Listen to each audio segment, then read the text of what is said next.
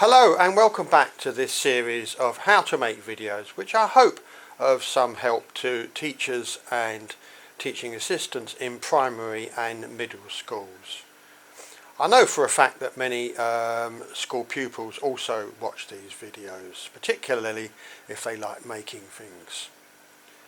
In a previous video I showed you how I'd spent some time on a program called Corel Draw on the computer, producing these cut out and fold up templates to make these card animals. On this one I've used what I call a V-fold to make the neck and the head angle up and down. Well, I had great fun designing these animals. And it occurred to me, well, if I can make these animals, then let's go for something very popular. Of course, our old friend Dinosaurs. School children love dinosaurs. So I did some research, and I'm going to cover what I've done in two videos. The simplest of the designs I call spine fold dinosaurs, because they just have one fold along their back there, and I've produced Spinosaurus, Triceratops. I used to call it Triceratops, but apparently it's pronounced Triceratops, and Stegosaurus. The spine is along the top there. So I'd like to show you how to make Spinosaurus. I've photocopied the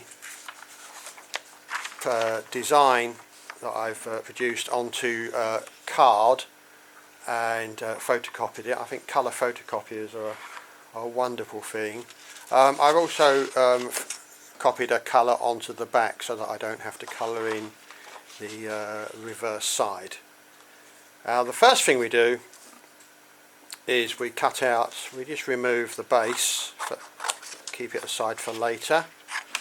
I'll cut it out properly later. And the two sides of this strange, what am I going to call it? Let's call it a spine sail that Spinosaurus had. I don't think it's fully understood what function it served. It may have been to do with display. It may have been used for heat regulation. So we'll put those to one side. Then the remaining sheet, I'm just going to score these dotted lines. As you've seen in previous videos, whenever I have a fold up net like this with dotted fold lines, I always score them. It makes it much easier to fold up. You do have to get this centre line accurate, because I'm going to cut both sides out at the same time, so it does need to be folded exactly in the middle. I'm using a small screwdriver here to score the dotted lines.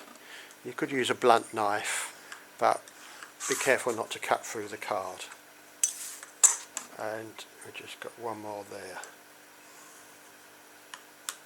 Okay, we now fold it in half. See how easily it folds because of the scoring.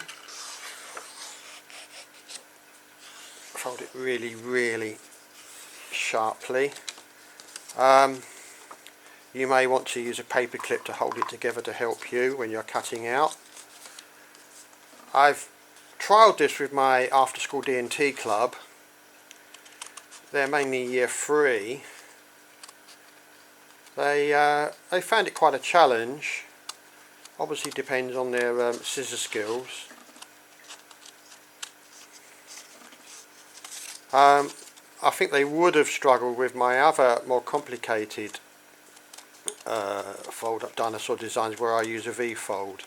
So that's almost certainly for year 4 and above. But some of them did produce pretty good dinosaurs. And we're just cutting out the tail here. I'll speed up a bit so you don't get too fed up watching me. And now along here. In my original design for Spinosaurus, I showed it with its mouth open to display all its rows and rows of sharp teeth, but unfortunately it was extremely challenging to cut around all the teeth, so I've redesigned it, as you can see here, with its mouth shut. Just going around its head here, almost like a crocodile's head. Whilst researching the dinosaurs, I realised how out of date my knowledge is. Spinosaurus was a huge carnivore and apparently could have killed and eaten T-Rex, although I'm not even sure if they lived at the same time. I think too much of my dinosaur knowledge comes from watching Jurassic Park films. But anyway, just coming up to its front arms, very insignificant looking. T-Rex had even flimsier front limbs, almost ridiculous looking. I couldn't make Spinosaurus stand up with its back legs, so I've had to add these sort of foot extensions to make it stand up. This card is quite thin. I could have used thicker card. Basically try and use the thickest card that you can get through your photocopier. This is a recycled, I think it's 230 micron card. We're getting there. Cutting out these front claws is rather demanding. I won't keep you too long. I'm just going to do it quite quickly. If I wasn't making a video, then I'd take a bit more care.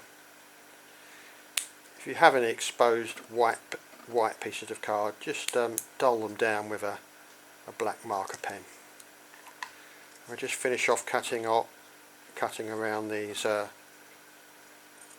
bases here.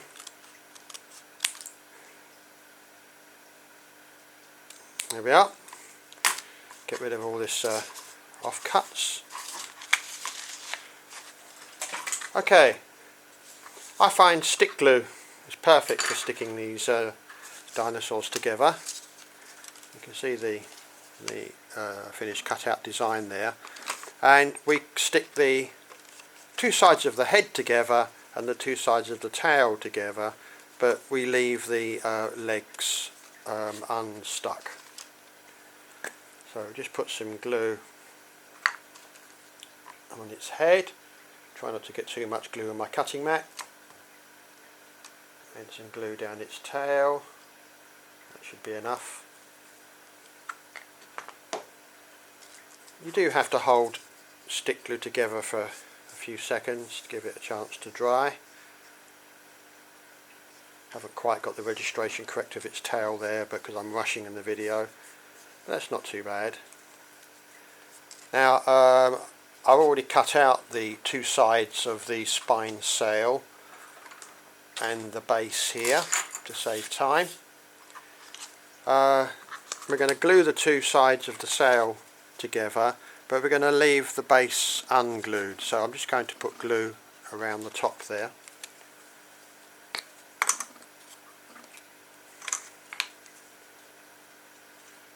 Around here. There we are.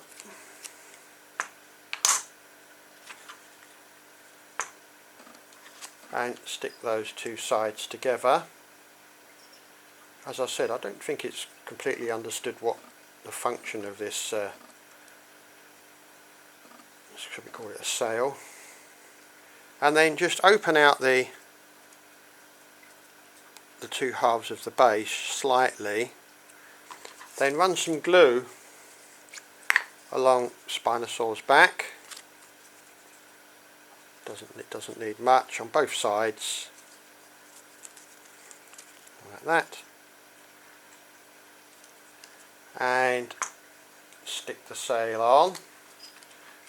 Try and get it to line up front and back.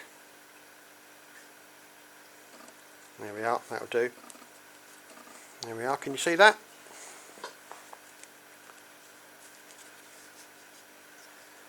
And now we just finish it off by folding inwards these feet bases, let's call them feet bases, and they're going to be glued onto this base here with some more stick glue,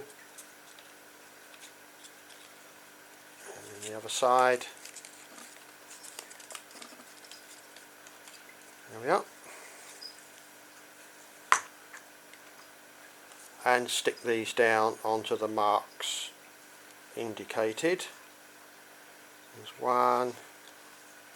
Turn it round, do the other one. There we are.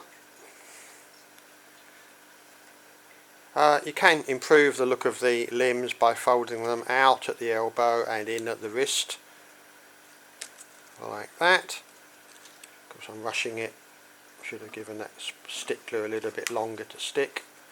And there's our finished spine fold, cut out and fold Spinosaurus. If you've got access to a colour photocopier, of course you could enlarge it to make an even more impressive dinosaur. And using the same spine technique, I've made Triceratops. Perhaps I could make a Styracosaurus as well. And our old friend, the iconic Stegosaurus, with these remarkable plates coming out of its back. It's the same technique, but obviously quite a lot of work cutting out these shapes. And it's got a spacer there just to open out its belly. In another video in this series, I will show how I produced these slightly more complex card dinosaurs where I have used the V-fold. If you access these videos via my website at www.slstc.southwarklea.org.uk, next to the link for the video that you're watching, you'll find a free .pdf template to make Spinosaurus. I am hoping to produce all of these as a booklet for sale. So I hope you enjoy making these dinosaurs. Thanks very much for watching.